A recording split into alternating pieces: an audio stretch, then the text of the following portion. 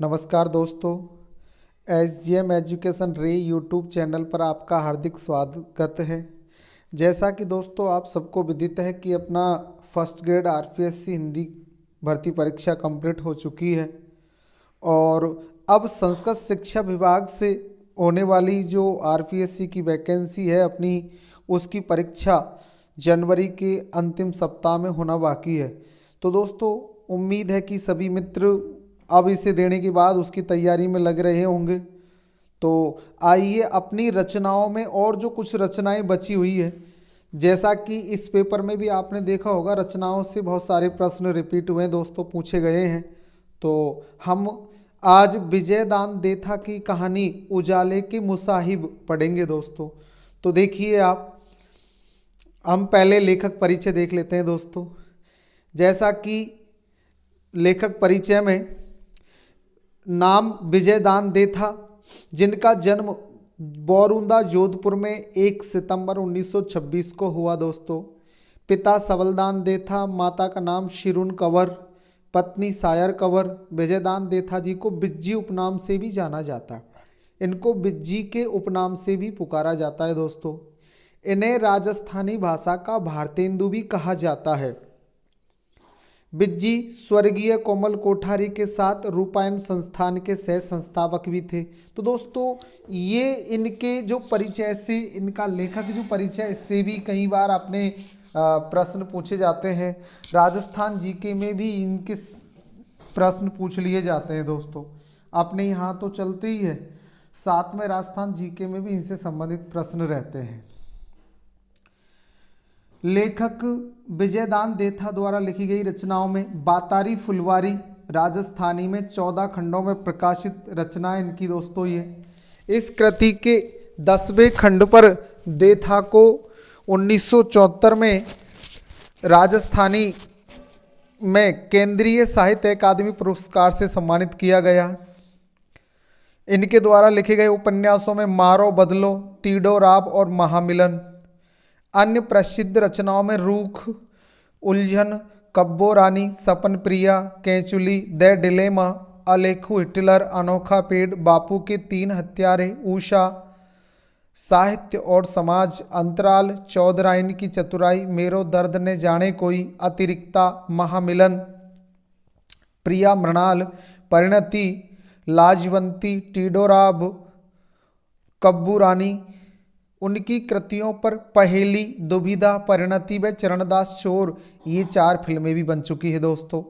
विजयदान देथा ने राजस्थानी शोध पत्रिका, परंपरा, लोकगीत, गोरा हटजा, राजस्थान के प्रचलित प्रेमाख्यान व विवेचन, जेठवेरा, सोरठा और स्वर्गीय कोमल कोठारी के साथ संयुक्त रूप से वाणी और लोक संस्कृति का संपादन किया है। तो दोस्तों कई सारी पत्र पत्रिकाओं का इनके द्वारा संपादन किया है और कई रचनाएं, जैसा कि श्रेष्ठ रचनाएं इनके द्वारा हमारे हिंदी साहित्य को दी गई है। इन्हें 1995 में मरुधरा पुरस्कार, 2002 में बिहारी पुरस्कार, 2004 में साहित्य अकादमी फेलोशिप, 2005 में महाराणा कुंभा अवार्ड, 2006 में कथा चूड़ामणि अवार्ड, 2007 में पद्मश्री, 2011 में राबसिंहा अवार्ड व 2012 में प्रथम राजस्थान रत्न से सम्मानित किया गया है। तो दोस्तों प्रथम राजस्थान रत्न इनको मिला है। ऐसे कवि थे हमारे राजस्थान के कवि विजयदान देथा जी। आगे विजयदान देथा ने 2003 में विश्व हिंदी सम्मेलन में भाग लिया। 10 नवंबर 2013 को इनका निधन हो गया दोस्तों। आज इनका पाठ परिचय। विजयदान देथा द्वारा लिखित कहानी उजाले के मुसाहिब में पात्रों का कोई नाम नहीं है दोस्तों। कहानी में सभी पात्र जैसे कि राजा है, दीवान है, प्रजा है आदि इन्हीं नामों से वार्तालाप करते दिखाई पड़ते हैं।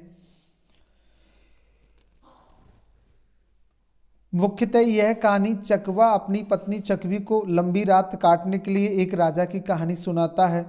एक बार उस राजा के दरबार में एक जैन मुनि तीर्थकर जी आते हैं।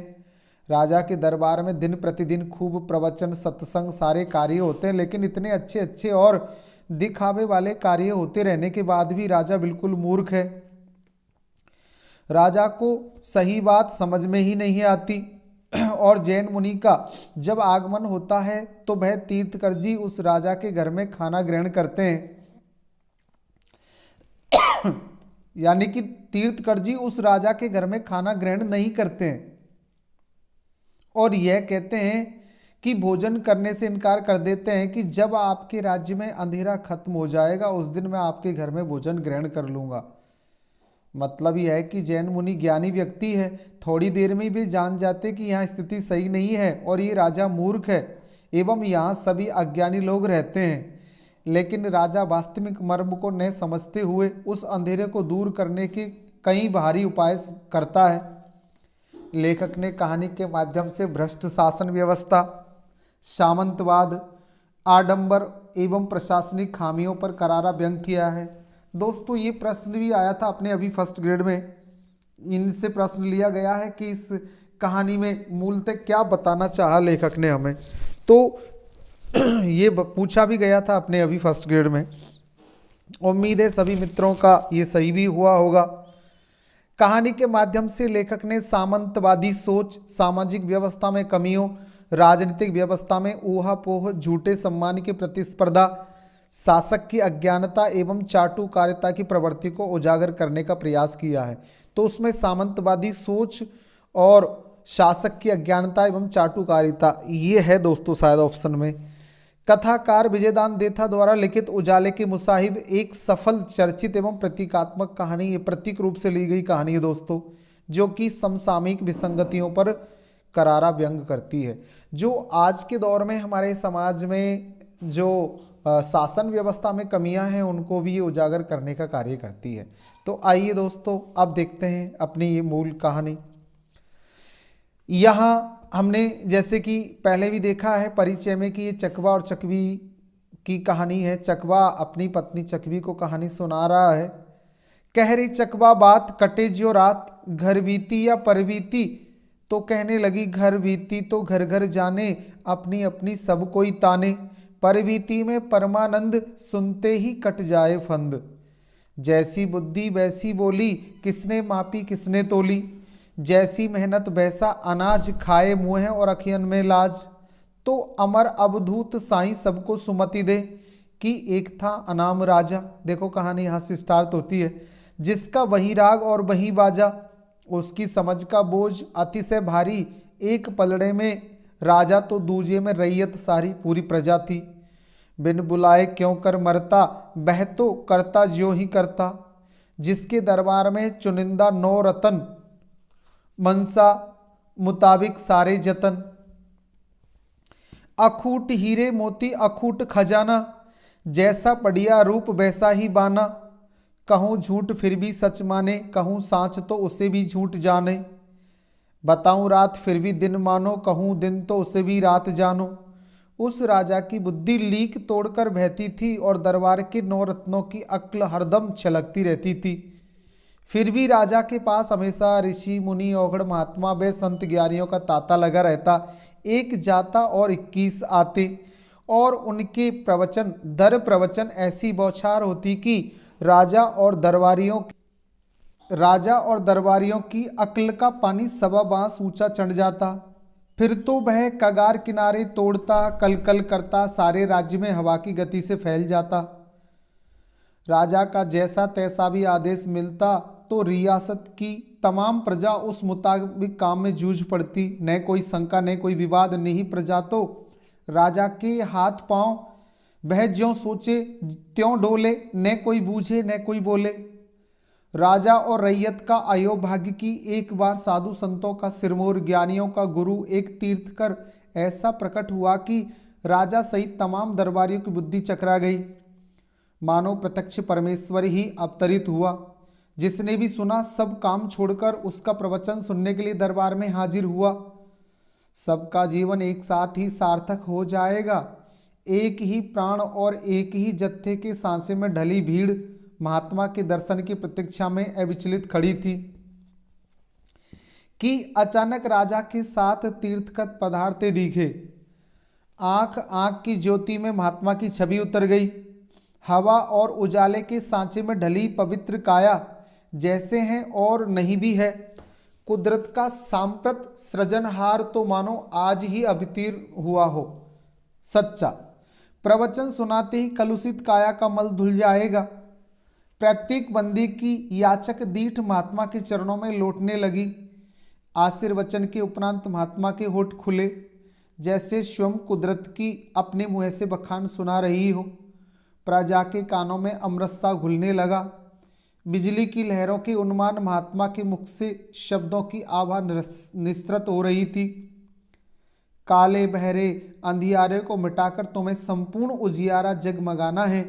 केवल चिरंतन प्रकाश से ही मनुष्य जीवन सार्थक होगा। अंधियारे में आंधी सूझती है, उजियारे में सब कुछ स्पष्ट नजर आता है। निर्धूम आलोक आत्मा के सम्मुख झिलमिलाने लगता है, जिसकी ज्योति के दर्शन नितांत अंधा मानुष भी कर सकता है। अंधियारे में जीना निपट अकारत है, सम्यक उजाले में मरना भी श्रेयस्कर है। इसलिए अंधियारे को हर घड़ी हर पल मिटाने का प्रयास करो और अनंत उजियारे को की अखंड ज्योत जलाओ। अधिक भागवत बाँचने में कोई सार नहीं। इस बखान के बहाने तुम्हें सूरज की यह दिव्य किरण सौंप रहा हूं। इसके चमत्कार से अभेद्य अंधियारे को मिटाने का प्रयास करना, तभी तुम्हारे अंतस का एक कलुषित उजियारे में साक्षात्कार होगा, पर ब्रह्म की अनुभूति होगी। अंधियारा नरक की अमिट कालिमा है और अनिद्य उजियारा स्वर्ग का प्रत्यक्ष रूप। जब तक सांस है मेरी बात को नहीं भूले तो सबका कल्याण होगा। महात्मा ने इस प्रकार प्रवचन दिया और जनता और राजा को प्रभावित किया। प्रवचन के उपरांत राजा और समस्त दरबारियों ने हाथ जोड़कर बेहद निहोरे किए, प्रार्थना की, पर महात्मा ने प्रसाद ग्रहण करने की हामी नहीं भरी सो नहीं भरी। बार बार एक ही उत्तर देते कि राज्य का अंधियारा मिटाने पर वे बिन बुलाए सर के बल चले आएंगे, तब तक वे इस धरती पर पानी की बूंद तक नहीं चखेंगे। वे जिस तरह अवरोहित हुए उसी तरह सपने की नाई अंतर्ध्यान हो गए। उस राजा को तो बस कोई बहाना भर मिलना चाहिए था, फिर तो उसके दिमाग में जुगनू झिलमिलाने लगते। वर्षों के बाद ऐसा सुनहरा सुयोग मिला तो वह गुरुमुखी राजा दूसरे दिन ही राज के 9 रत्नवे दरबारियों के साथ बैठकर अंधकार को मिटाने की खातिर आमादा हो गया। सिंहासन, मुकुट और खजाना उसी दिन सार्थक होंगे जब चिरंतन प्रकाश की बंधाई सुनकर महात्मा सोने के थाल में प्रसाद ग्रहण करेंगे। पर राजा तो राजा ही होता है, पूरे राज्य का एक छत्र अधिपति। बुद्धि के बिना इतनी बड़ी रियासत एक घड़ी भी नहीं चल सकती। शरीर की ताकत तो बुद्धि के पीछे चलती है, वरना शेर, सुअर, हाथी व भेड़िए ही मनुष्यों का राजा होता। घड़ी भर तक राजा, दीवान और 9 रत्न सभी चुपचाप विचार करते रहे कि उनके राज्य से अंधेरे को हमेशा के लिए कैसे खदेड़ा जाए। दुनिया में ऐसा कौन सा मसला है जो गहराई से सोचने पर नहीं सुलझे। अकस्मात राजा की उछलती बुद्धि में बिजली के उन्माद एक विचार कौंधा। गहरे चिंतन की मुद्रा बनाकर उसने दीवान से पूछा, क्यों दीवान जी, पिछले साल नहीं 3 साल पहले राजमहल का तहखाना बाढ़ के कारण पूरा भर गया तो उलीच उलीच कर सारा पानी बाहर उछाला था कि नहीं? हाँ उछाला था अन्नदाता, मुझे आज की तरह याद है। तुम सब लोग अच्छी तरह जानते हो कि मैं याद रखने वाली बात कभी भूलता नहीं। दीवान सिर झुकाकर बीच में ही बोला, हुजूर के भूलने पर तो सर्वत्र प्रलय हो जाएगा। मैं तो प्रवचन के दौरान ही महात्मा जी के मन की बात भांप गया था। गुलाबी अधरों पर गुमान की मुस्कुराहट चित्राते राजा ने कहा, अंधेरा मिटाने की आधी दूधी तरकीब तो उसी समय सोच ली थी। मुझे पक्का भरोसा है कि तहखाने के पानी की तरह अंधेरा भी उलीचने पर समाप्त हो जाएगा। क्यों? उलीचने के बाद वह पानी तहखाने में वापस तो नहीं आया? ना गरीब परवर ना। क्या मजाल कि एक बूंद भी वापस आया हो। दीवान अपनी चतुराई के प्रति पूर्णतः आश्वस्त था। राजा ने नाभि तक गहरी हामी भरी हूँ। तब तो यह बात दिन के उजाले की तरह साफ है कि अंधेरा भी उलीचने पर वापस नहीं आएगा। तो दोस्तों, यहाँ राजा ने ये पहला उपाय अंधेरा मिटाने का जनता को, दीवान को बताया कि उलीचने से अंधेरा वापस नहीं आएगा। इसलिए हमें इस अंधकार को उलीच देना चाहिए। राजा के उपाय बताने की देर थी। सारी प्रजा राजा के कहने के अनुसार कार्य करने लगी। हाँ, गरीब नवाज दीवान ने मिलती मारते कहा, हमेशा हमेशा के लिए इसका काला मुंह हो जाएगा। एक रत्न ने गर्दन खुजाते आशंका प्रकट की कि पानी तो उलीचकर तहखाने से बाहर उछाल दिया, मगर अंधेरे को कहाँ उछालेंगे? वह तो चारों दिशाओं में छाया रहता है। सवेरे सूरज उगने पर अंधेरा अपना ठिकाना छोड़कर कहीं न कहीं तो जाता ही है। दूसरे रत्न ने उसका खंडन करते कहा, जरा सोच विचार कर जवाब दो कि वह अपनी जगह छोड़ता है कि नहीं। हाँ, जगह छोड़ने पर ही तो ओझल होता है। पहले वाला रत्न मुँह उतार कर बोला, करने का जिम्मा तुम्हारा, अलबत्ता तुम्हारे साथ बैठने से मुझे दूर की सूझती है।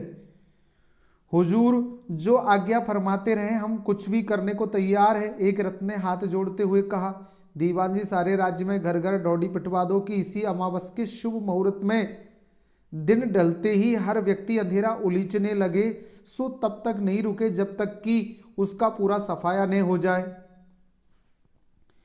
राजा ने धमकाते हुए कहा, किसी ने भी इस काम में ढिलाई बरती तो उसकी आंतें चील कौओं को फिकवा दूंगा।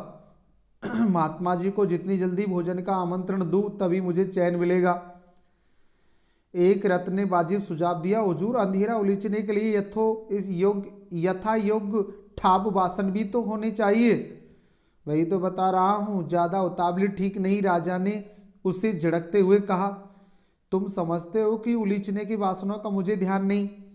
दीवान ने फिर वही रटी रटाई उक्ति चुपड़ते हुए कहा, अन्नदाता का ध्यान सूखने पर तो सूरज का उगना भी बंद हो जाएगा। आगे दोस्तों और वो कहने लगे कि किस तरह राजा अपना गुस्सा भूलकर हिदायत के लहजे में बोला, जिसके घर में जो वासन हो उसी से उलीचने का काम करे। जो जो याद आते रहे सभी रत्न आपस में मिलजुल कर बर्तन वासनों के नाम बताने लगे। तगारी, हांडी, परात, कटोरा, कटोरी, घड़ा, मटकी, चरी, टोकरी, मूण। एक बुद्धिमान रत्न ने तुरंत बीच में शंका की, मूण तो काफी भारी होता है, आसानी से उठेगा नहीं। राजा ने खुलासा करते पूछा, मूण भरी की खाली? भरी हुई गरीब नवाज की मूण जब भर जाएगी तब वो कैसे उठेगी? वो तो बहुत भारी होती है ना। तुम यहीं पर भारी भूल कर गए, राजा ने कहा। अभिमान से छितरी मुस्कुराहट को दबाकर राजा ने गंभीर सुर में समझाते हुए कहा, अंधेरे से भरी होने पर भी मूण में वजन तो रत्ती भर भी नहीं बढ़ेगा, क्योंकि अंधेरा नजर तो आता है पर उसका ठोस आकार नहीं होता। फिर तो हाथी की छाया हाथी जितनी ही भारी होनी चाहिए। दीवान के साथ साथ सभी रत्नों ने जय घोष किया, खम्मा घड़ी भल्ला अन्नदाता के अलावा इतनी गहरी बात और किसे सूझ सकती है। राजा के चिर अभ्यस्त कानों की खातिर अब कैसी भी खुशामद का कोई स्वाद नहीं रह गया था। सुनी अनसुनी करके झुझलाते हुए कहा, यहाँ बैठे बैठे खम्मा घड़ी चिल्लाने से कुछ पार नहीं पड़ेगा। जितनी जल्दी हो सके सारे राज्य में डोडी पिटवाने का इंतजाम करो। जिस घर के आसपास अंधेरा नजर आएगा उसे भरपूर दंड मिलेगा। दीवान ने झुककर बंदगी की। तीसरे दिन ही घर घर खबर ने हो तो दीवानगिरी छोड़ दूंगा। पर उसे दीवानगिरी छोड़ने की कभी जरूरत ही नहीं पड़ी, बल्कि समय समय पर पुरस्कार शिरोपा भी मिलते रहे। राजा के आदेश की अनुपालना में वह बेहद पारंगत था और उधर डोडी का फरमान सुनने के बाद प्रजा ने भी कतई ढिलाई नहीं बरती। अमावस की साज घिरते ही जिसके हाथ में जो बासन पड़ा उसी से अंधेरा उलीचने में मुस्तैद हो गया। यहां तक कि आते आते चकवा किसी भी सूरत में अपनी हंसी रोक नहीं सका। खिलखिल हंसी के साथ उसकी चोंच से चिंगारियां झड़ने लगी। हंसते हंसते ही कहने लगा, अब उस राज्य के सौभाग्य की क्या सीमा। 8 पैर 32 घड़ी फकत प्रकाश ही प्रकाश जगमगाएगा। इतने बरस यह छोटी सी बात भी किसी की समझ में क्यों नहीं आई। दुगना काम निपटेगा, दिया जलाने की आफत मिट जाएगी, तेल का खर्च बचेगा सो नफे में। मगर चोरों के मन में सनसनी दौड़ गई। अंधेरा मिट गया तो उन्हें जबरदस्त हानि पहुंचेगी, पर राजा के आदेश की भला कौन अवज्ञा कर सकता है। चोर भी प्रजा के साथ अंधेरा उलीचने में जुट गए। राजमहल के इर्द गिर्द हो हल्ले का तूफान मच गया। आधी रात ढलने पर राजा को नींद सताने लगी तो दीवान को हिदायत देते बोला, अब तो नींद के मारे मेरा जगना मुश्किल है, वरना सारी रात यह नज़ारा देखता। मगर तुम पूरे चौकस रहना, ऐसा न हो कि मेरे जाते ही लोग ढीले पड़ जाए। राजा ने अच्छी तरह दीवान को हिदायत दी, नहीं अन्नदाता, सपने में भी कोई ऐसी गुस्ताखी नहीं करेगा। आप किसी बात की चिंता न करें, पर अंधेरे का सफाया होते ही मुझे बेधड़क जगा देना, समझे। दीवान ने कॉर्निश करते हुए अतिशय आदर के साथ हामी भरी तो राजा निश्चिंत होकर रंग महल में सोने के लिए दासियों के साथ रवाना हो गया और घोड़े पर चढ़ा दीवान सारी रात प्रजा को जोश दिलाता रहा कि वह पल भर के लिए भी विश्राम न करे। ऐसा शानदार काम दुनिया के किसी राजा ने आज दिन तक नहीं किया। यह बात तो अन्नदाता को सूझी जैसे ही सूझी। बुद्धि के सागर अपने हुजूर की भला कौन बराबरी कर सकता है। दूसरे सभी राजा महाराजा इनके सामने छछूंदर है, छछूंदर।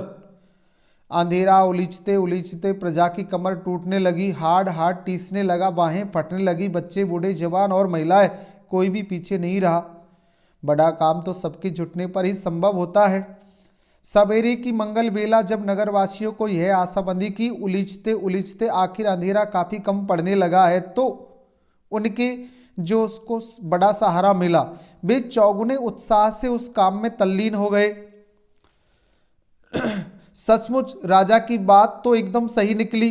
ऐसे राजा की रैयत होने में बड़ा अहोभाग्य और क्या हो सकता है। देखते देखते अंधेरा तो बिल्कुल समाप्त हो गया। घोड़े पर सवार दीवान की खुशी का पार नहीं था। चरवादार को घोड़े की लगाम थमाकर वह तो सीधा रंग महल पहुंचा। बाहर खड़े खड़े ही जोर से फरियाद की, अन्नदाता, अंधेरा तो एकदम नष्ट हो गया। पहाड़ों के आर पार दिखे जैसा प्रकाश हुआ हुजूर। ईश्वर की तरह आपकी टेक भी रह गई। हुजूर तो नींद में सोते सोते ही चिरंतन प्रकाश के सपने देख रहे थे। राजा अपने हठ पर अड़ा था और महात्मा अपने सिद्धांत पर डटे हुए थे कि सोने के बाजोट और थाल को अधेर परे हटा ले, वरना वे भूखे ही लौट जाएंगे। इस तकरार के बीच बधाई की गुहार सुनी तो वह सोने के पलंग से तत्काल उठ बैठा। उन्माद के आवेश में उछलते फांदते बाहर आया। चारों ओर गर्दन फैलाकर देखा, सर्वत्र उजाला ही उजाला। ऐसा तेज प्रकाश तो कभी नजर नहीं आया। समस्त दरबारियों के बीच राजा भी बाबरे की तरह नाचने लगा। सारे राज्य में खुशी का समंदर हिरोले भरने लगा। दिप दिप फटाफट दरबार जुड़ा। राजा ने दीवान, नौरत्नों और सब दरबारियों से बार बार पूछा कि भी अच्छी तरह से छानबीन करके बताए कि आज वाले प्रकाश व पहले वाले प्रकाश में क्या अंतर है। सभी सत्यवादियों ने संवेद सुर में कहा कि आज वाला प्रकाश बहुत बहुत श्रेष्ठ है, यही असली और सच्चा प्रकाश है। पहले वाला प्रकाश तो कुछ धुंधला धुंधला था। ऐसी अपूर्व निष्ठा और अथक मेहनत से उलीचने के बाद उजियारे की चमक में क्या खामी। पहले वाले प्रकाश पर छिपे हुए अंधियारे की छाया पड़ती थी, पर आज के प्रकाश में तो कुदरत का रूप ही बदल गया, मानो कुदरत प्रमोदित होकर मुस्कुरा रही हो। आनंद में सराबोर राजा ने खूब दान पुण्य किया। फिर चतुर दीवान को आदेश दिया कि जहाँ जहाँ कहीं भी हो उन पहुँचे हुए महात्मा को लाने के लिए 100 घोड़े दौड़ाए। उनके चरण पखारने पर ही उसका जीवन सार्थक होगा। एक रत्न ने धीमे से कहा, हुजूर 2-3 दिन तो इस प्रकाश की जांच पड़ताल कर लेते। कैसी बहकी बहकी बातें कर रहे हो, राजा बीच में ही टोक कर बोला। कुछ भी जांच करने की जरूरत नहीं, अब तो इसके पुरखे भी अपने राज्य की ओर मुँह नहीं कर सकते। तुम्हें इस नए प्रकाश की कुछ विशेषता नजर नहीं आई? नजर तो आई अन्नदाता, लेकिन, दीवान ने हंसकर टालते हुए कहा। अब लेकिन वेकिन का कोई लफड़ा नहीं, फिर भी एक दिन तो और दिन। दूसरे रत्न ने उसकी बात का विरोध करते हुए कहा, रात होने पर ही दिन का हिसाब रहता है। अब तो 8 पहर फकत उजाला ही उजाला जगमगाएगा, अब न तो रात होगी न दिन। इस बात का ध्यान तो राजा को भी नहीं था। समझदार रत्न की राय सुनते ही राजा ने जोशियों को खरी हिदायत दी कि वे घड़ियों की गिनती के हिसाब से बार तिथि का लेखा जोखा रखे, वरना बहुत झमेला पड़ जाएगा। किंतु जोशियों का सौभाग्य की झमेला पड़ने की नौबत ही नहीं आई। उजाले की खुशियां मनाते मनाते दिन तो चटपट बीत गया। हमेशा की तरह पश्चिम दिशा की गोद में सूरज धीरे धीरे समाने लगा तो एक साथ सबके मुँह उतर गए। मगर राजा का बुलंद हौसला की उसने हार नहीं मानी। दरबारियों को धैर्यपूर्वक समझाने लगा, युग युगांतर से यह चिर अभ्यस्त अंधेरा आसानी से हमारा पीछा नहीं छोड़ेगा। तुम सभी जानते हो आगे कि गुमशुदा गाय भी एक बार तो पुराने खूंटे पर लौट आती है। यह अंधेरा भी कम ढीठ नहीं, पर हमेशा इस तरह उलीचने से वह जरूर हार थकेगा, पस्त होगा। दीवान जी, इस काम को तुम पूरी मुस्तैदी से चालू रखो, जो हुक्म अंदाता। लेकिन कुदरत तो दीवान और दरबारियों के अनुमान राजा का लिहाज नहीं रखती। कई पखवाड़ों तक उलीचने के उपरांत भी अंधेरे का सफाया नहीं हुआ। वह तो दिन प्रतिदिन सूर्योदय के साथ लोप हो जाता और उसके अस्त होते ही अपना विकराल रूप लेकर वापस प्रकट हो जाता। आखिर उनकी हठधर्मी के सामने राजा को भी झुकना पड़ा। मगर अभी तो फकत एक ही उपाय गलत साबित हुआ है। यूं चुपचाप बैठने से राजा का काम नहीं चलता, कुछ न कुछ तरकीब तो फिर सोचनी होगी। बेचारी तरकीब का क्या बूता कि वह राजा के सोचने पर न सूझे। उस राजा को अपने दीवान और 9 रत्नों पर बेहद अभिमान था। वैसे धुरंधर विद्वान किसी दूसरे राज्य में नहीं थे और न उस जोड़ का राजा भी दुनिया में कोई दूसरा था। सबके साथ बैठकर राजा फिर अंधेरे को मिटाने का उपाय सोचने लगा। मनुष्य की बुद्धि का अन्य प्राणियों से कोई मुकाबला नहीं, इस पर राजा की शान तो कुछ और ही है। स्वयं ईश्वरी भी उसकी मान मर्यादा का ध्यान रखता है। दरबारियों को भी नए नए उपाय सूझते, पर वे राजा को कुछ भी सुझाव देने में संकोच करते। राजा का भय भी मौत के वैसे कम नहीं होता। भय मिट जाए तो राज चलता ही नहीं। सचमुच भय के बगैर तो प्रीत भी नहीं होती। तो नया उपाय सोचने की करामात राजा के अलावा पंडितों में भी नहीं थी। आखिर मगजमारी करते करते राजा को एक नामी उपाय सूझा। खुशी में बोराया सा कहने लगा, लाख बुरा मानो तुम सबके सब एक खामी है कि अपनी आंखें खुली नहीं रखते, वरना मेरी तरह 20 उपाय सूझने लगे। रसोई की दीवारें ईंधन और बोले कि रसोई की दीवारें ईंधन के धुएं से काली होती है कि नहीं? क्यों नहीं होती? दीवान के साथ साथ 9 रत्नों ने भी जवाब दिया। सफ़ेद दीवारें देखते देखते काली स्याह पड़ जाती है अन्नदाता। और भी काली स्याह दीवारें वापस सफ़ेद कैसे होती है? इस बार अकेले दीवान ने कहा, कैसे क्या हुजूर? 2-3 बार कूची से कलई पोतने पर वापस सफ़ेद हो जाती है। राजा ने परिहास के हास्य से मुस्कुराकर पूछा, अब भी नहीं समझे? राजा के मन का भेद उसके बिना कहे ही सब समझ जाते थे, फिर भी न जाने किस मजबूरी के कारण दीवान को कहना पड़ा, नहीं हुजूर, हमारी बुद्धि आप जैसी कहाँ चलती है। तो अब सारी बात खुलासा करके समझानी होगी। राजा ने गुमान की मुद्रा में फिर एक सवाल पूछा, बताओ यह अंधेरा क्या है? बड़ा कठिन सवाल था। सभी दरबारी एक दूसरे का मुँह जोहने लगे तो दीवान ने हिम्मत जुटाकर कहा, अंधेरा तो अंधेरा ही है गरीब परवर। यही तो गड़बड़ है, राजा ने जंगा पर थाप देते हुए कहा। इतना भी नहीं जानते कि यह अंधेरा तो फकत सूरज की लपटों का धुआं है। सभी दरबारी खुशी से उछलते बोले, हाँ अन्नदाता, अब कहीं सारी बात समझ में आई। रसोई के धुएं की तरह अंधेरे को पोतने में वह भी सफेद झक हो जाएगा। स्वयं आश्वस्त होने के लिए राजा ने जोर से पूछा, बोलो होगा कि नहीं? क्यों नहीं होगा हुजूर, जरूर होगा। तो दीवान जी, अब सारे राज्य में फरमान भिजवाने का जिम्मा तुम्हारा, देखो ढील न हो। राजा के कहने पर ढील होने की गुंजाइश कहाँ थी? ढिंडोरा पिटवाने की पूरी तैयारी तो पहले ही कर रखी थी। सो तीसरे दिन ही राज्य की प्रजा दिन अस्त होते ही कलई का घोल और कूचियाँ लेकर अंधेरे को पोतने लगी। तो फिर विश्राम का नाम ही नहीं। वही अंधेरा और बेही कूचिया। आधी रात ढलने पर कृष्ण पक्ष की पंचमी का चांद गगन की कोख में बाहर आया तो धीरे धीरे चांदनी घुलने लगी। हाँ, इस बार यह कुछ तो कारगर साबित हुआ। कलई पोतनी में अंधेरा थोड़ा थोड़ा सफ़ेद होने लगा था। महाबली मनुष्य के हाथों प्रपंच करने पर ऐसी कौन सी बात है जो पार न पड़े? आखिर पुताई करते करते अंधेरा तो दिप दिप चमकने लगा। ऐसा उजाला तो पहले कभी नहीं हुआ। सूरज की धूप को मात कर जैसी पुताई। दीवान ने फिर रंग महल के बाहर खड़े होकर खुशखबरी सुनाई, अन्नदाता, यह उपाय तो जबरदस्त कामयाब रहा। फकत होली दिवाली पोतने पर ही सूरज की लपटों का धुआं सफ़ेद झक हो जाएगा। राजा ने रंग महल से बाहर आकर देखा तो दीवान की बात भरपूर सही निकली। दमकते प्रकाश की ओर राजा से देखा तक नहीं गया। आंखें टमकारते बोला, पुताई ज्यादा कर दी है, आंखें चुंधिया रही है। हाँ जहाँ पना भूल हो गई, दीवान ने हाँ में हाँ मिलाते हुए कहा। कुछ तो कलई गाड़ी थी और कुछ पुताई। डरने की कोई बात नहीं, डांडस बधाने की मनसा से राजा बीच में ही बोला। पहली बार भूल हो ही जाती है, आगे ध्यान रखना। दीवान ने हाथ जोड़कर कहा, पूरा ध्यान रखूंगा गरीब परवर। सावास, अच्छी तरह ध्यान रखने से कभी किसी काम में खोट नहीं रहती। पर दीवान की चौकसी के बावजूद पुताई के काम में पूरी खोट रह गई।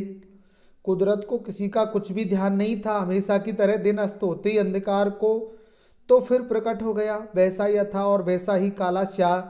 सभी दरबारियों के मुंह साबले पड़ गए, पर बुलंद हौसले वाले जो राजा हताश नहीं हुआ। चकबे ने पूछा, ध्यान से सुन रही हो ना?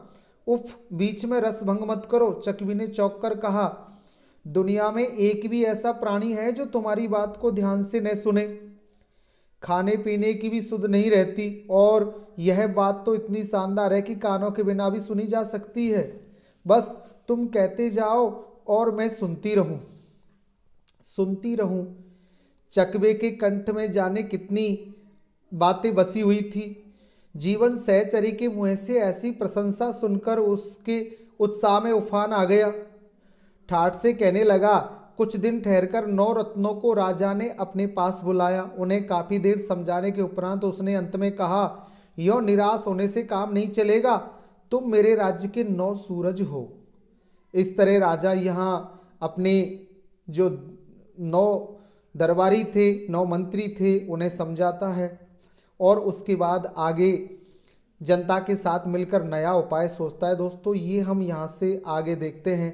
तो यहाँ अपना आज की कहानी अधूरी करते हैं, अगली कक्षा में फिर आगे का पढ़ेंगे। उम्मीद है दोस्तों सबको अच्छा समझ में आ रहा होगा, और आपको लगे कि कोई दिक्कत है दोस्तों कमेंट से बताएं और समाधान पाए। अपने मित्रों को शेयर ज़रूर करें दोस्तों। अच्छा पढ़े और सुविधा सरलता से आगे बढ़े दोस्तों। धन्यवाद।